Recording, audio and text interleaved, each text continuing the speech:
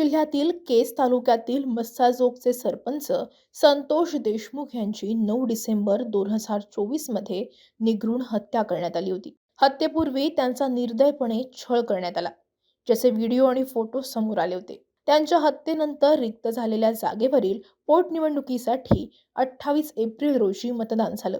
संतोष देशमुख यांच्या पत्नी अश्विनी देशमुख यांच्या विरुद्ध स्वरूपानंद देशमुख अशी लढत मस्साजोगमध्ये झाली। मस्साजोग सरपंच पदाच्या पोटनिवडणुकीत धक्कादायक निकाल लागल्याचे आता समोर आले। दिवंगत सरपंच संतोष देशमुख यांच्या पत्नी आणि सरपंच पोटनिवडणुकीच्या उमेदवार अश्विनी देशमुख यांना पराभवाचा धक्का बसलाय। मस्साजोगच्या सरपंच पदाच्या निवडणुकीत नेमकं काय घडलंय तेच या व्हिडिओत पाहूयात। संतोष देशमुख यांच्या निगृण राजकीय हत्येमुळे महाराष्ट्राच्या राजकीय पटलावर बीड जिल्ह्यातील मस्साजोग गाव चर्चेत आलं। संतोष देशमुख यांच्या हत्येनंतर राजकीय वातावरणही चांगलंच तापलं होतं। संतोष देशमुख यांना न्याय मिळावा यासाठी अख्खं मस्साजोग गाव देशमुखांच्या कुटुंबाच्या पाठीशी उभं राहिलं। मात्र मस्साजोग येथील सरपंच पदासाठी पोटनिवडणुकीत मात्र धक्कादायक कौल मस्साजोगच्या जनतेनं दिलाय। संतोष अण्णांच्या निधनामुळे गावात निर्माण झालेली पोकळी आणि त्यांच्या अपूर्ण स्वप्नांचा विचार करून ही निवडणूक बिनविरोध व्हावी यासाठी संतोष देशमुख यांच्या कुटुंबियांनी प्रयत्न केले होते। मात्र स्वरूपानंद देशमुख शेवटपर्यंत निवडणूक लढण्यावर ठाम होते। यावरून संतोष देशमुख यांचे बंधू धनंजय देशमुख यांनी नाराजीही व्यक्त केली होती। 2022 मध्ये मस्साजोगमध्ये सरपंच पदाची निवडणूक झाली होती। त्यावेळी संतोष देशमुख आणि स्वरूपानंद देशमुख यांच्यात लढत झाली होती।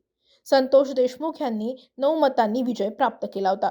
संतोष देशमुखांच्या न्यायाच्या लढाईत आम्ही त्यांच्या कुटुंबाच्या सोबत आहोत, असंही स्वरूपानंद देशमुख यांनी सांगितलं होतं। संतोष देशमुख यांची न्यायालयीन लढाई पूर्ण होईपर्यंत त्यांच्या कुटुंबियांनी राजकीय निवडणुकीत पडायला नको होतं, असंही स्वरूपानंद देशमुख यांनी म्हटलं होतं। या निवडणुकीत अश्विनी देशमुख यांना सहानुभूतीच्या फॅक्टरचा फायदा होईल असा अंदाज होता, मात्र हा अंदाज फोल ठरलाय आणि स्वरूपानंद देशमुख हे या निवडणुकीत विजयी झालेत। गेल्या 15 दिवसांपासून मस्साजोगमध्ये सरपंच पदाच्या निवडणुकीसाठी जोरदार प्रचार सुरू होता। स्वरूपानंद देशमुख आणि अश्विनी देशमुख यांनी गावात दारोदार फिरून मतदारांशी संवाद साधला होता। या निवडणुकीच्या प्रचारादरम्यान आपल्या वडिलांच्या न्यायाची लढाई लढणाऱ्या वैभवी देशमुख हिनं आपला भाऊ विराज देशमुख याच्यासोबत आई अश्विनी देशमुखसाठी प्रचारही केला होता। याच प्रचारादरम्यान गावकरीही भाऊक झाल्याचं पाहायला मिळालं होतं। मात्र मस्साजोगच्या सरपंच पदाच्या निवडणुकीसाठी 28 एप्रिल रोजी मतदान झालं। मागच्या निवडणुकीच्या तुलनेत यावेळी 10% जास्त मतदान झालं। मतदानात एकूण 2080 मतदारांपैकी 1744 मतदारांनी आपला हक्क बजावला आणि 84% मतदान झालं। आज सकाळी मतमोजणीला सुरुवात झाली तेव्हा पहिल्या फेरीपासूनच स्वरूपानंद देशमुख यांनी मोठी आघाडी घेतली। पहिली, दुसरी आणि तिसरी अशा मतमोजणीच्या तिन्ही फेऱ्यांमध्ये स्वरूपानंद देशमुखच आघाडीवर होते। स्वरूपानंद देशमुख यांना 914 मतं मिळाली तर अश्विनी देशमुख यांना 822 मतं मिळाली। 8 मतं ही नोटाला मिळाली। सरतेशेवटी स्वरूपानंद देशमुख यांनी संतोष देशमुख यांच्या पत्नी अश्विनी देशमुख यांचा 92 मतांनी पराभव करत या निवडणुकीत बाजी मारली।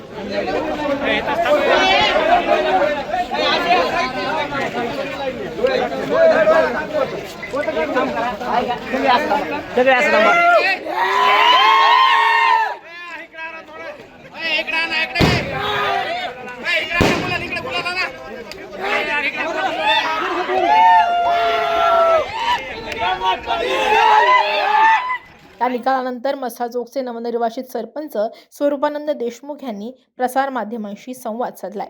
ते नेमकं काय म्हणाले ते पहा। आरोप कुणी काय केले मला माहित नाही। मी पहिल्या दिवशी सांगत होतो माझे मतदार राजा माझ्या सोबत आहे। त्यांनी आज मतदान रूपी आशीर्वादातून ते सिद्ध केलं आहे। कोण कुठलंय कुणी काय माझ्यावर आरोप केले तरी माझी जनता पहिल्यापासून माझ्या सोबत होती।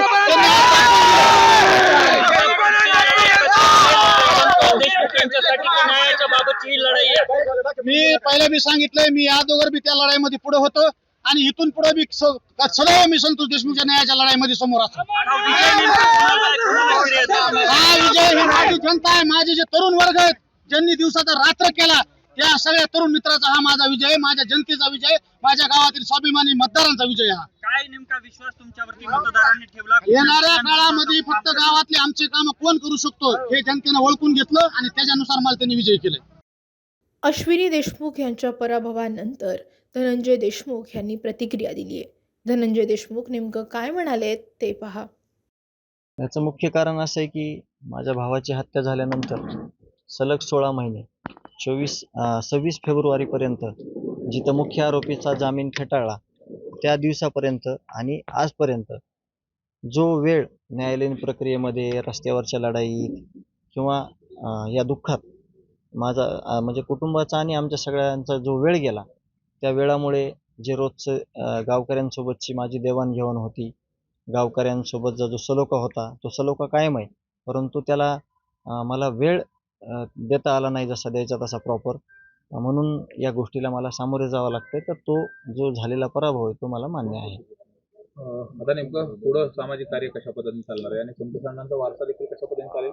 नवनिर्वाचित सरपंच आहेत, त्यांना कशा पद्धतीने 2011 पासून ते आत्तापर्यंत जे मतदानरूपी आशीर्वाद या गावाने एक गावचा भाचा म्हणून, पाहुणा म्हणून जो दिलेला आहे, तो लाख मोलाचा आहे. कारण का मतदान प्रक्रिया ही वारंवार 5 वर्षांनी येते, परंतु आशीर्वाद कायम ठेवणं, पाठीमागं भक्कमपणे उभं राहणं, हे आमच्या दोघांच्याही नशिबी होतं. दुर्दैवाने अण्णा आज इथं नाही आहेत, परंतु येणाऱ्या काळामध्ये जो अण्णांचा सगळ्या गावकऱ्यांना घेऊन सोबत जो सामाजिक वारसा आहे, ज्या अडीअडचणी आहेत, ते मला जितकं जास्तीच्या जास्त प्रमाणात सोडवणं होतील, तेवढं मी सोडवण्याचा प्रयत्न नक्कीच करेल.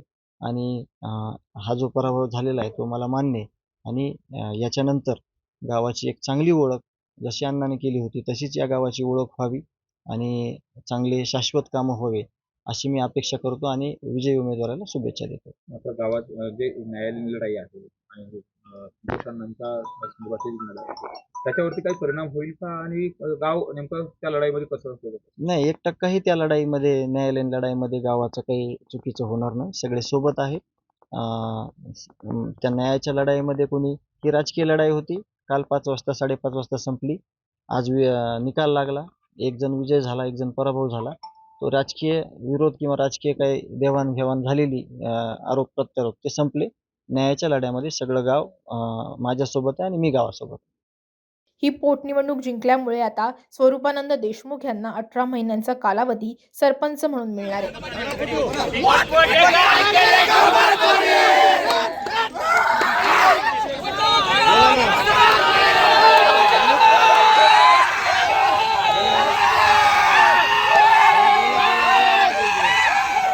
मसाजोगच्या जनतेनं दिलेला हा कौल याविषयी तुम्हाला काय वाटतं ते कमेंटमध्ये नक्की सांगा.